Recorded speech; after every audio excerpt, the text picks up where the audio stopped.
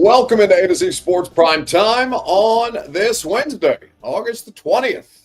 Here from the Palatial Rising Estate, we're going to talk about Sneed's return, kind of, to the practice field. He's back off PUP anyway, and I suppose that is at least one step, a singular step in the right direction. All you can ask is to get the player back and to get him as healthy and available as is humanly possible for him. But he is an exception to basically any other player currently going in the NFL right now, given his current circumstance, his physical circumstance, his former team's pedigree, and what the current team that employs him now is getting, the huge gulf between Chief Sneed and Titan Sneed, or at least what has been the experience so far for the Tennessee Titans. And then there's the legal shit that's still ongoing with the situation, the lawsuit that was filed against him.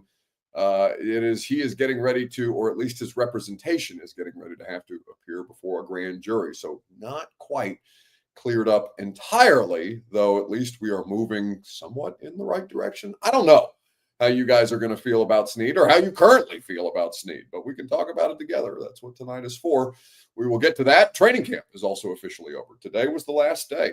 We will have a preseason game on Friday. They are not practicing in the traditional sense tomorrow, though there will be meetings. There will be stuff for them to do, recovery, all manner of other things. They're not just getting like an outright day off, but it is, for all intents and purposes, training camp's final day was today.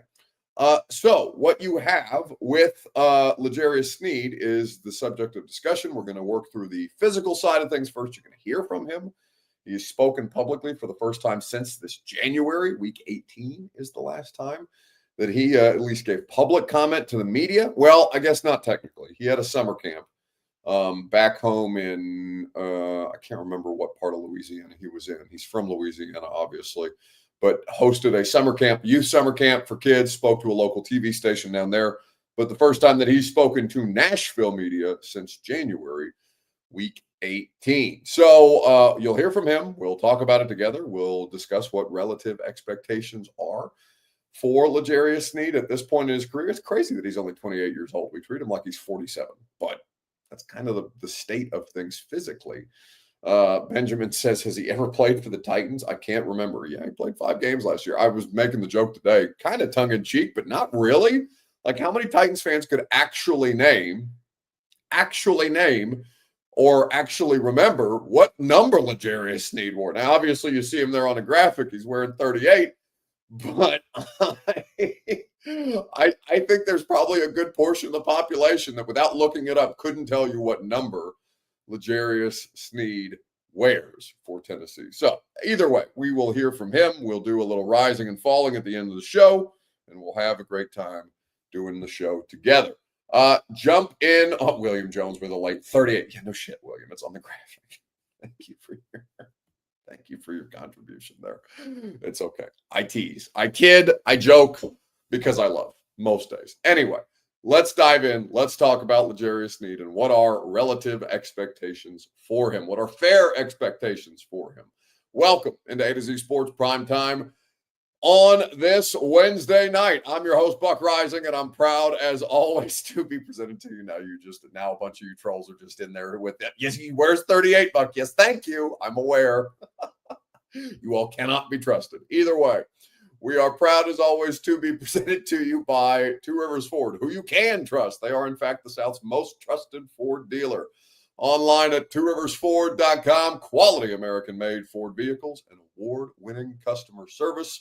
Two Rivers Ford is your go-to. TrueMav Fitness in the Gulch. Man, am I excited to get back to TrueMav on Friday for the first time in quite some time, because I've been on the road. This is the first Friday that I've been in town, and we are looking forward to getting our workout in, getting back to our regularly scheduled programming at TrueMav Fitness. You can get your first workout free as a Middle Tennessee resident at TrueMavFitness.com. So Sneed is back. Now, he was limited, and listen, that's back. That counts as back for Sneed, because we know famously he has a management plan regarding the degenerative condition with his knees.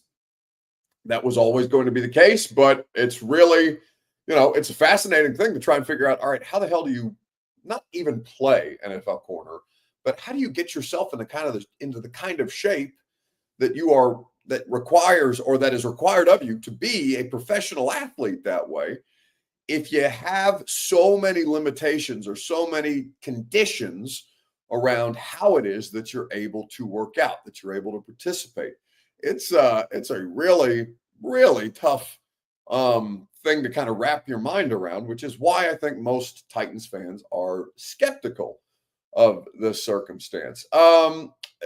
Dead inside, which may just be the standard state of a Titans fan, says impatient ass fans talking about L'Jarius Sneed. He says also, I had his jersey since last year. Dude is going to pan out. You have zero evidence that that's going to be the case, other than you can hope and wish and pray. That's fine. And then also adds one more, says, y'all don't want results, but don't want the process. Okay, but like, this is a very specific situation. And you're entitled to whatever opinion you want to hold, and you are welcome to lean on the positive side of things. And that's fine. Like Lucas said to me the other day, I get pre-mad about a lot of stuff. And he's right. He's absolutely right. For some reason, that's the way that I'm wired. And I'm pre-mad about L'Jarius Sneed. In fact, I was talking to Austin Stanley today. I was thinking about, I don't really do like season previews or like things like mock drafts or stuff like that for the website, but I'm thinking about doing a list. Like my version of a Titan season preview is going to be things that I'm pre-mad about for the Titan season. And I think that might be a funny bit that you all might get a kick out of, or you'll just bitch at me about it, which is fine. Either way, it's going to make me happy. And I'm looking forward to writing that out later on. But Sneed is something that I would be rightly accused of being pre-mad about. And there's a number of reasons why. Okay. L'Jarius Sneed plays cornerback. Let's erase all the other shit around him. Okay. All the other shit around it, the legal, the medical, get rid of it all. Act like it never happened, okay? Let's start here. L'Jarius Sneed plays cornerback. Cornerback is a very volatile position. Cornerback, when you're paying for a player's past production, when you both trade and then pay for a player's past production, there are not very many players at that specific position that ever come anywhere close to living up to the value of a second contract. The rules are against you. They're skewed in favor of the offense. It's an incredibly difficult position to play, and it relies on athleticism, I would argue, as much, if not more, than any other position on the football field. Maybe wide receiver, but again, I would argue that it's easier to play wide receiver than it is NFL corner. Not being able to obviously play either of these positions myself, but you get my meaning. Like, it's a really damn hard thing to do. So when you trade for a player at that position, when you give him the kind of money that his resume deserves, he's a two-time Super Bowl champion, L'Jarius Sneed. That's all well and good, but I never wanted the team, the Titans, to do those two deals, Chido Awuzie or L'Jarius Sneed, because the thing that I had in the back of my mind is, you are going on a roller coaster ride when you pay not one, but two players at that specific position, put a shit ton of money in that direction. One, you cut 1 year into a 3-year deal, and he played 8 games for you in Cheeto. The other played in 5 games, and then you couldn't figure out what the hell happened to his thigh from October until January, which is crazy. So that's just beyond any of the other shit that's happened with L'Jarius Sneed.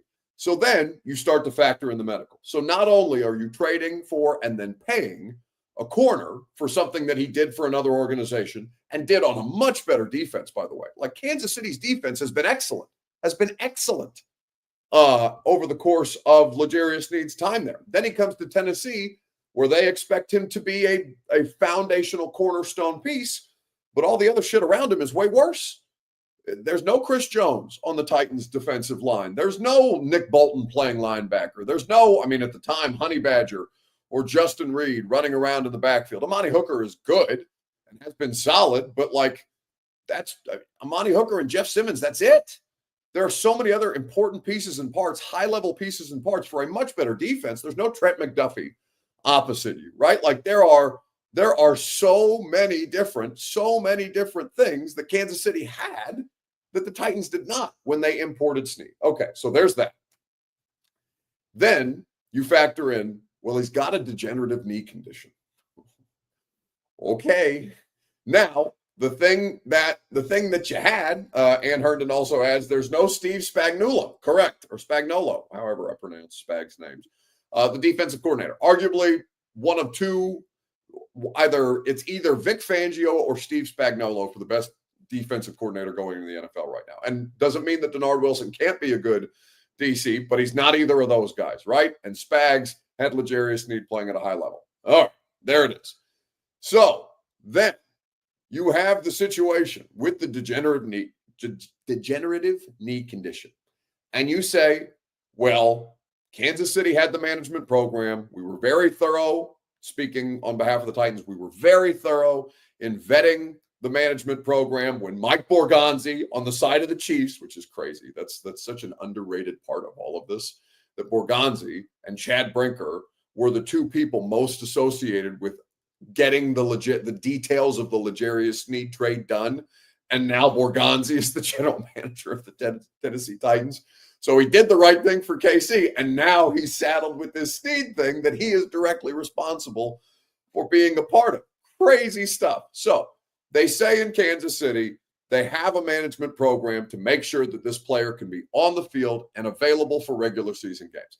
He doesn't miss a regular season game his final year in KC. You say, okay, I guess, what the hell? But as you talk about these things, exceptions in football, whether it be physical exceptions, like a quarterback, like Bryce Young. Bryce Young is like 5'9", maybe on a good day. A 5'9" quarterback is an exception, and not in a good way. There can be exceptional players in a good way, but Bryce Young has yet to show that any of his exceptional qualities to the affirmative as a college player are capable of overcoming the exception to the negative, that is his physical stature, right? That's a thing that you have to work uphill on. It's hard enough to make it in the NFL. So you're coming in with exceptions that are going to make it more difficult. You know what I'm saying? So Sneed has an exception. The exception is his management program. Sneed is also, at the time, an exceptional player. Is an exceptional player. I think that should those things balance each other out? I don't know, but like importing a player via trade plus paying him a 4-year deal where he has a physical exception and not in the good way, you're trying to beat the odds in ways that very, very few teams do. Very, very few players do. So you've got 3 different things now. Before we even get to the recent stuff, this is all prior to him playing a game for the Tennessee Titans. My question, let me give you your Two Rivers Ford take before I continue on, because we're about halfway through all the reasons why this L'Jarius Sneed thing is so frustrating. And we're working off of this based off a comment from a commenter earlier saying that, Titans fans are being impatient with this entire situation. And I'm running down all the reasons why it's completely fair for you guys to be in a blender about this circumstance. Your Two Rivers Ford take is this on Facebook, YouTube, Twitter, and Twitch. What are fair expectations for L'Jarius Sneed in 2025? Facebook, YouTube, Twitter, and Twitch.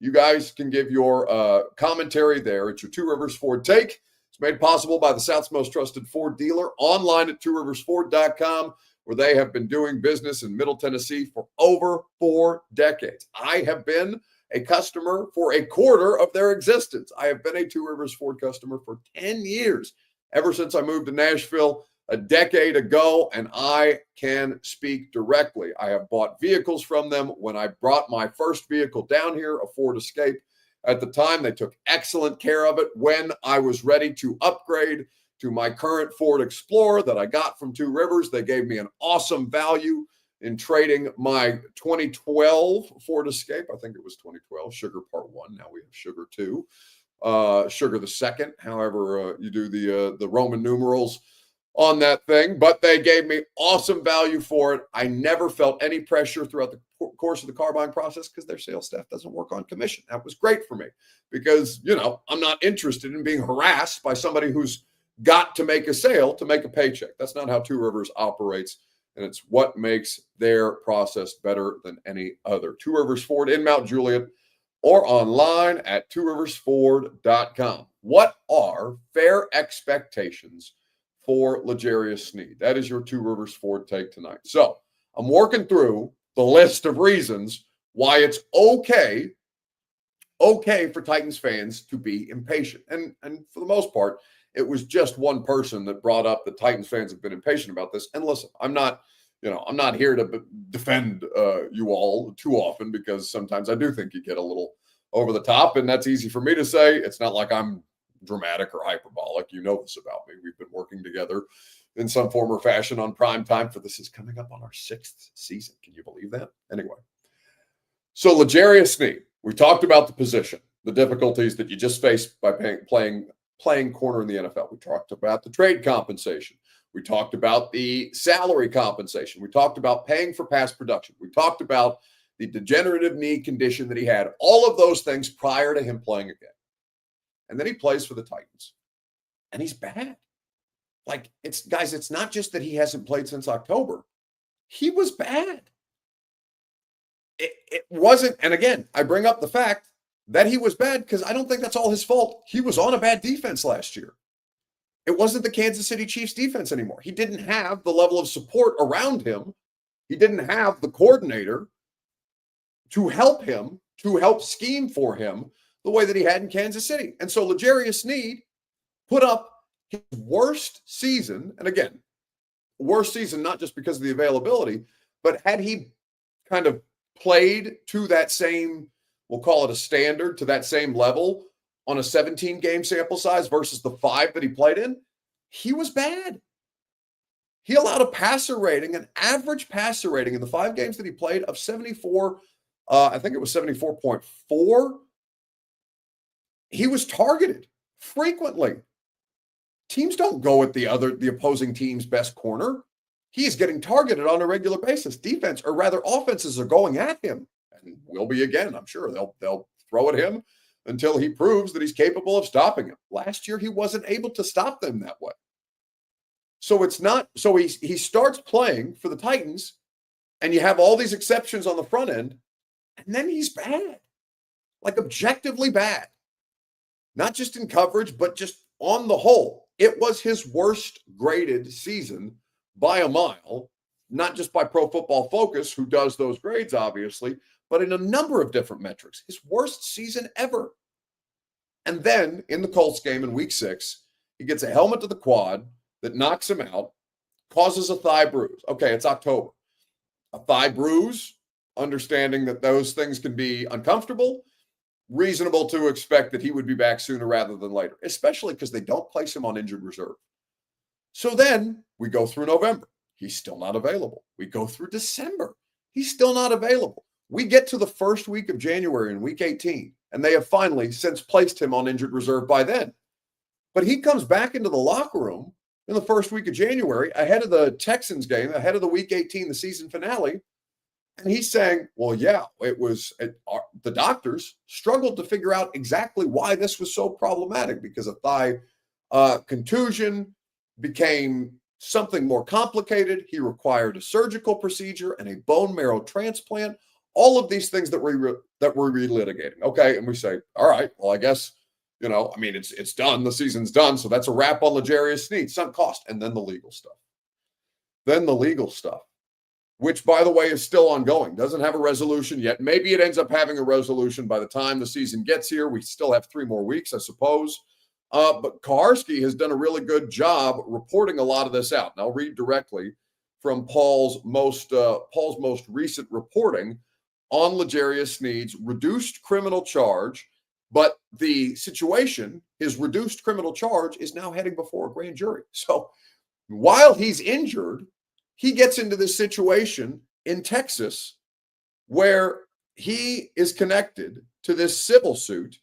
And I'll read you the details directly from PK. He initially faced a felony charge for aggravated assault with a deadly weapon for a shooting in Carrollton, Texas on December the 6th. So while he's on injured reserve, this happens. In court documents connected to the civil suit, Sneed's attorney said that he was not liable because the alleged acts, if any, were performed by a third party without any assistance, encouragement, or direction by L'Jarius Sneed. Now, if you were skeptical, you would say, okay, his assistant is operating as a fall guy here. We don't have details or facts to determine that off of, but it at least makes you raise an eyebrow. If I don't have so much Botox in my forehead, I would be able to raise an eyebrow there for you. I might be able to still. A little bit of movement, not a ton. Anyway, so the criminal case now set to go in front of a grand jury for September 25th, but for a reduced Class A misdemeanor, a charge of failure to report. In Texas, it's a crime to fail to report a felony if you witnessed it under any circumstances. So even if he wasn't directly involved in the shooting, it is still a felony charge for him to not report it. And beyond all the other things that were alleged about the shooting that he was or was not, that he is alleged to have been involved in, the fact that him and allegedly his mother also tried to convince the person filing suit, Christian Nishimaya, I think is how you pronounce Nishimana. Forgive me, I don't know how to pronounce this name, but they're seeking over $1 million in compensatory damages, fees, and relief for infliction of bodily injury, threat of bodily injury, intentional infliction of emotional distress, civil conspiracy, and negligence. So that's what's going on with L'Jarius Sneed that hasn't had a resolution yet.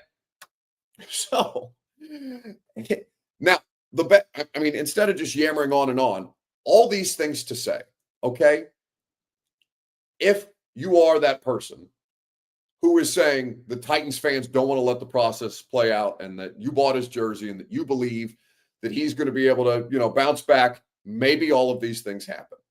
But guys, I don't think there's anything wrong with being skeptical of this because there's a mountain of reasons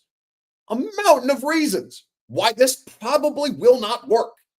Now, maybe he ends up playing and maybe he ends up being a solid corner, and God knows they need him because they have two corners that can reasonably play in Jarvis Brownlee Jr. and Roger McCreary. And Roger, by the way, is in a contract year. So you need him on the field. You don't have anybody else. Darrell Baker Jr.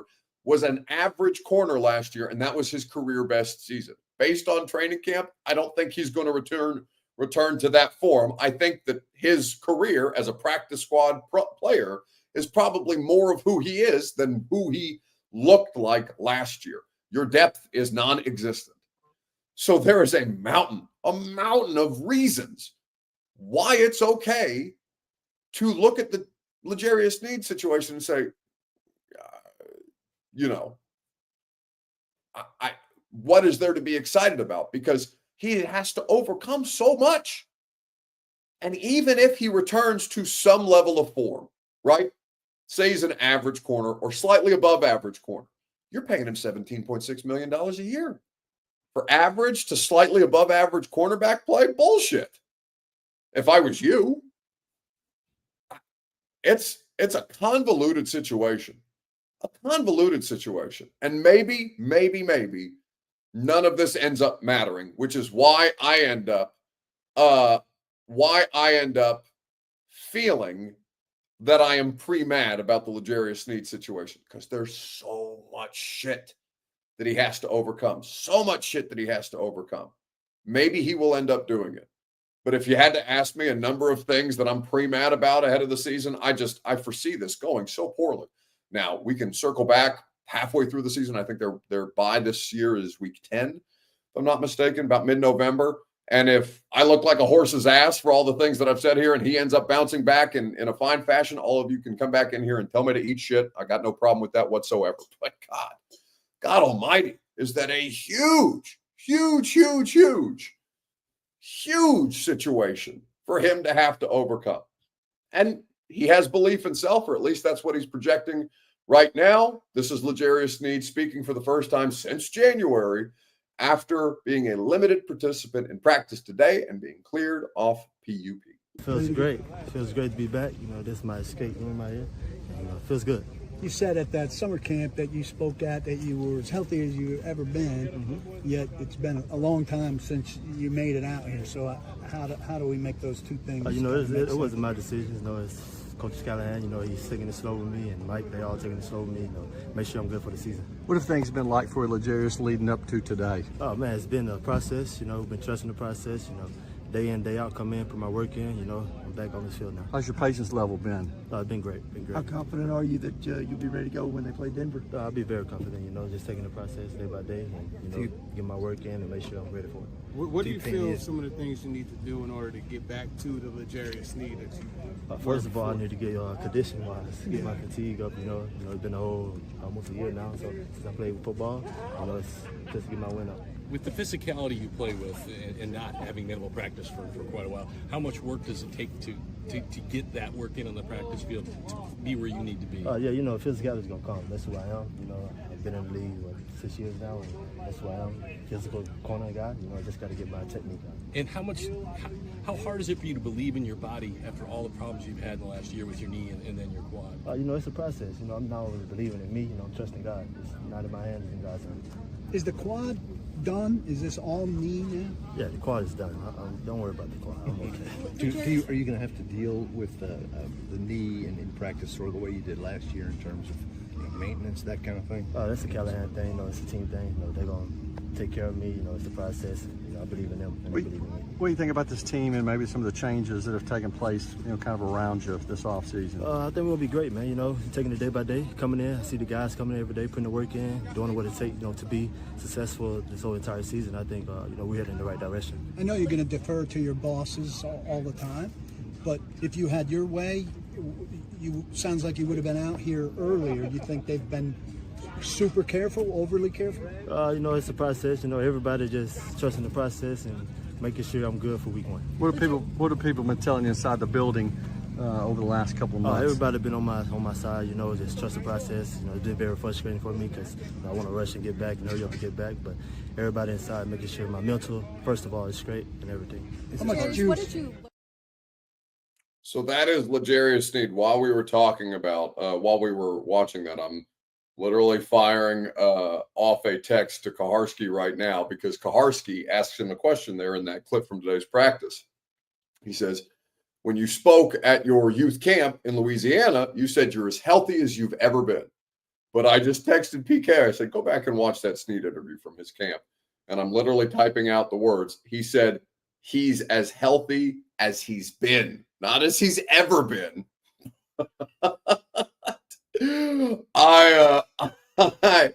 I think that is I think that's crazy. Curator says, Buck, have one of those one-on-one interviews you do and voice your opinion. They won't let me talk to Sneed. You think they're giving me Legarius? It's the same reason Jeff Simmons hadn't been on the show since that incident last year. They're not doing that shit. Why? That would be a complete and total disaster for them.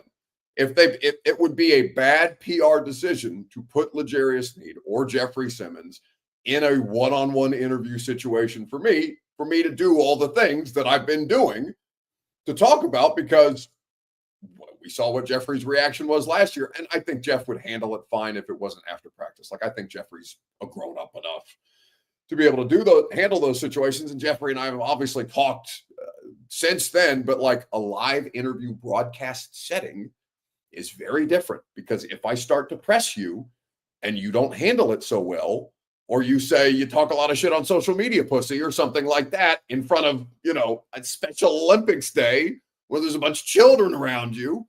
Yeah, that's a bad decision by the PR staff to allow that to happen. Hell no, because I'm Sneed and Jeffrey on my list every year, and they don't want to do those interviews. The PR staff does not want to do those interviews. Now, we talk to these guys in the locker room. I talk to these guys in the locker room all the time. But it is different, significantly different, for me to have them on a live mic, on camera, and pressing them that way versus, you know, the sanctity of their locker room when it's not a live broadcast and it's just, you know, phone videos and stuff like that. Because obviously I'm in the locker room every day asking the questions when we're not on the air. Like if I'm doing the show, then I'm obviously not in the locker room. But their practice schedule was favorable last year, where I was basically able to be at every practice.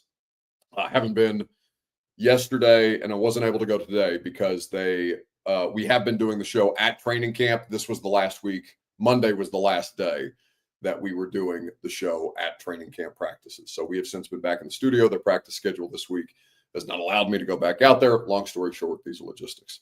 But I think that there are a lot of different things that you hear there. It's rapid fire with L'Jarius Sneed, right? And it's a lot of trust the process. And God bless him. What else is he supposed to say? Like, I mean, obviously the legal situation that he's found himself in is bad decision making. Like, I'm not going to feel sympathy for him that way. But I feel terrible for him from a health standpoint. Like, that sucks. Traylon Burks and he are basically different versions of the same conversation, which is insane. This would be like paying Traylon Burks $17.6 million a year based on the return on investment that you've gotten, right? There's really not that big of a difference. Not that big of a difference at all in what you sunk into them, a first-round pick in the case of Traylon and A.J. Brown. Tough to, leave that out. But, to get back what you haven't gotten back on Traylon, to trade a third-round pick, to give Sneed a 4-year deal, and for you to get almost nothing in return on that, they are, and because of their health, first and foremost, because of their bodies have failed them. I don't fault them for that. That sucks. That really, really sucks. So I think when you look at the kind of things that you Greatness Hybrid, which is an interesting YouTube name. I wonder what the meaning behind that is. Since that's a stretch buck, one is proven. I get what you're trying to say, though. He's not proven here. What is L'Jarius Sneed proven here? L'Jarius Sneed in Kansas City does not matter to me. It's irrelevant. His body of work for a team that is not the team that currently employs him, I don't care about. That's a nice thing for him to have on his resume, and he's got 2 Super Bowl rings as a Chief for him personally, but you shouldn't give a shit about that.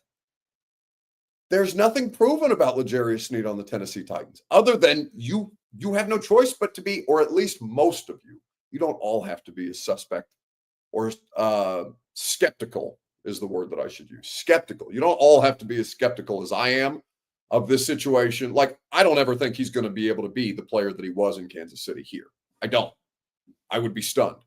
Not just because of him, but because of all the things that Kansas City had that they don't currently have here and kind of where we are in the timeline of his career. Again, he's only 28, but like so many different exceptions, so many different things that he is up against. Is there a scenario in which he beats the odds? Absolutely. But that scenario is like 1 in 100, as opposed to all the other things that could cause this thing to go sideways. And that's beyond even the legal situation. Like, God help Titans fans and this would just be speculation. There's no reason to think that this would happen, but because there is an ongoing legal situation. So say he's found guilty of some of the things that he is being accused of, right? And he has to miss games because he gets suspended according to the NFL, to a violation of the NFL's personal conduct policy, which could be on the table depending on how this grand jury thing goes. But like, there are so many, that's what I'm saying. There are so many different paths that this L'Jarius Sneed story can go down, and how many of them end up with a good result as opposed to all the different things that could go sideways here. It's a tough sell. But listen, more than anything, and I want to make sure that I'm clear on this, today is a step in the right direction. You can you can keep all the other baggage that has come associated with him in the back of your mind, and that's fine. It's tough to separate those two things, or you can treat this as a new year, new opportunity, try to black out all the previous L'Jarius Sneed stuff and say, all right, today for 2025 L'Jarius Sneed, this is a positive step. And it is a positive step. He was on PUP. Now he's not. Low bar. Such a low bar. The lowest of bars, right? But this is a positive step. He was on PUP yesterday. Today he's not. All right, let's see if you can build upon that. And I suppose that's that's the way that they have to treat it, right? They can't throw their hands up in the air like the Titans. They can't throw their hands up in the air and be like, oh, God, what are we going to do with this? No, they have been on their hands and knees praying that this man comes back because they know how shitty their cornerback depth is too. So we'll see how it plays out. And to his credit, I think, he's at least keeping the right attitude about it. Low bar, but step in the positive direction today. Can there be another step in the positive direction next week, next month, week 1, what have you? We'll just have to wait and see. But that's where we're at with L'Jarius Sneed right now. All right.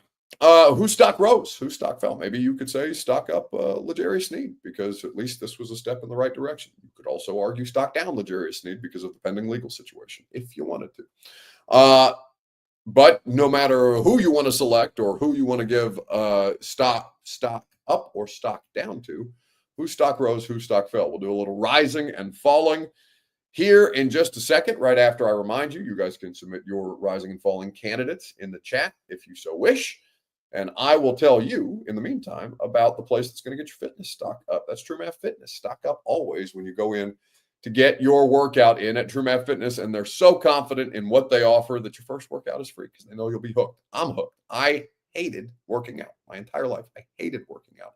Now I feel like shit when I don't. I feel awful if I don't get my workout, my routine, my schedule in because of the way that I've been able to, like Will Levis, rewire my brain with True Math Fitness and see the positive dividends, both in terms of my physical appearance, my physical health, my sleep, my eating habits, all these different things that True Math Fitness has been able to help me on, and they can do that for you too. Go to TrueMathFitness.com. Your first workout is free as a Middle Tennessee resident. No workout ever recycled or repeated. Okay.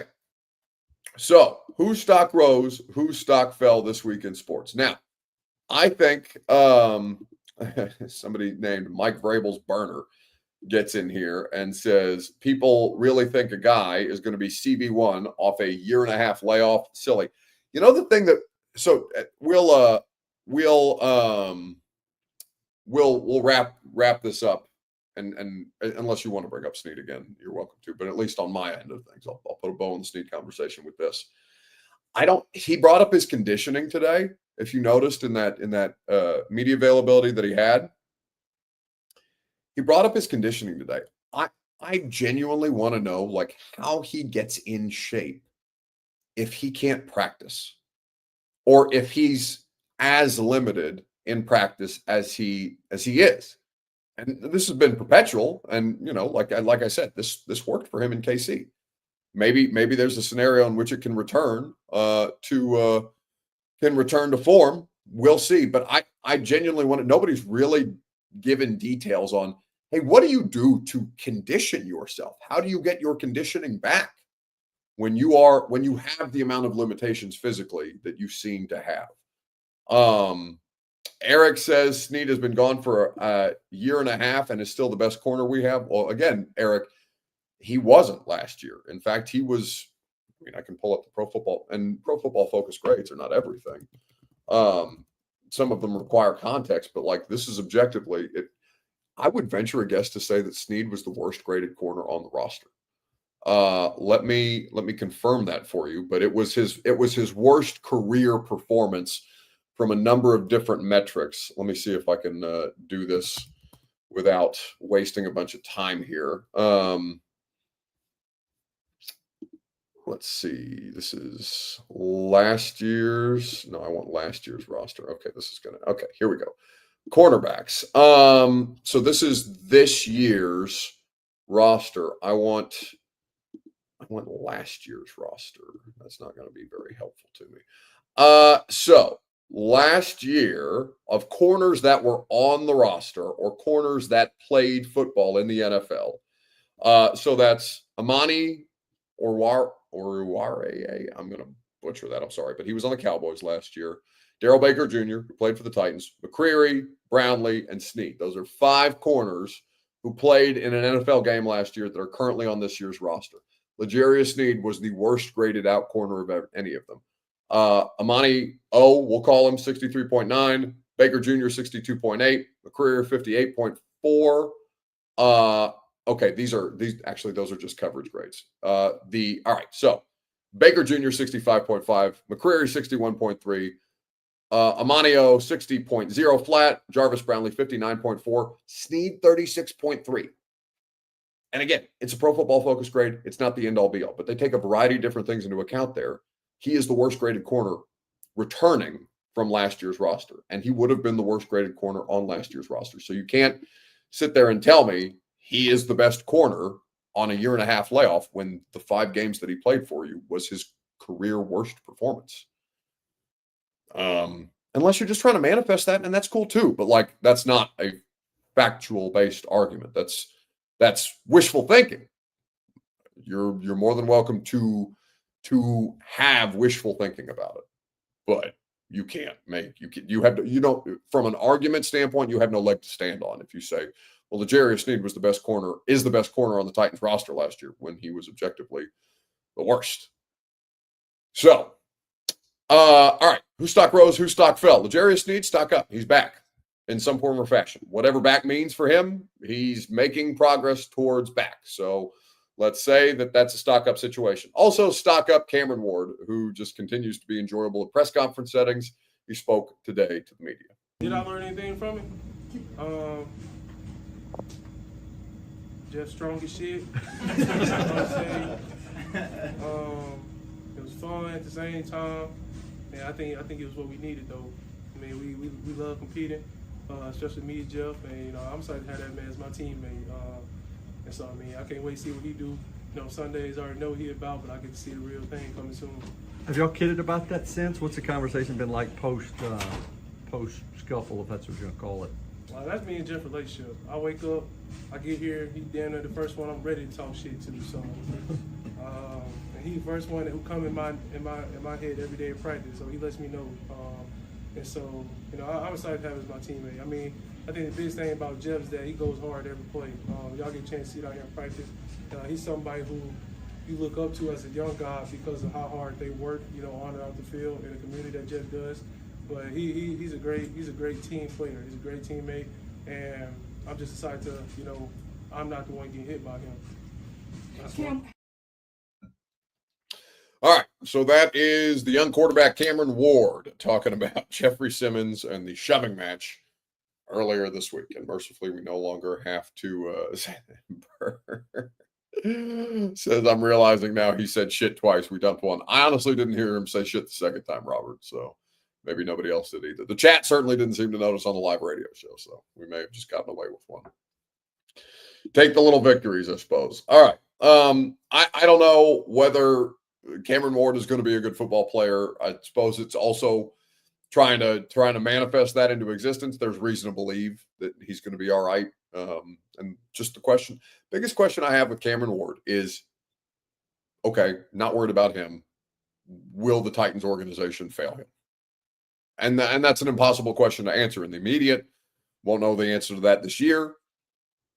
We can start to determine that 2 years in, probably after year 2. And then as we move forward, because there's going to be a lot of questions about can they support him the way that any franchise needs to support a number 1 overall pick at quarterback. All right. It's going to do it for us tonight. That was fun. Thanks for hanging out. We had a fun, spirited show with all the different things that are going on. There is no practice tomorrow, but we do have the radio show tomorrow. Nate Washington is going to be on. We'll look forward to him. Titans legend, actual Titans legend, not just the joke that I like to play on Twitter. So Nate Washington will join us. We will also, are we having Trey Wallace tomorrow, Robert? Do we know? Talk a little SEC with Trey Wallace. Has that been confirmed, denied? Either way, okay. I just got to shrug. That's fine. We will see what Nate Washington has to say about the state of the Titans. I know he always has good opinions, and you guys enjoy listening to him. So thank you guys for hanging out as always. Thank you for being here. We do appreciate your support. We'd also appreciate it if you like the video on the way out the door. That is always welcome as well. See you tomorrow morning at 10 a.m. on 104.5 The Zone. There's a very low percentage of this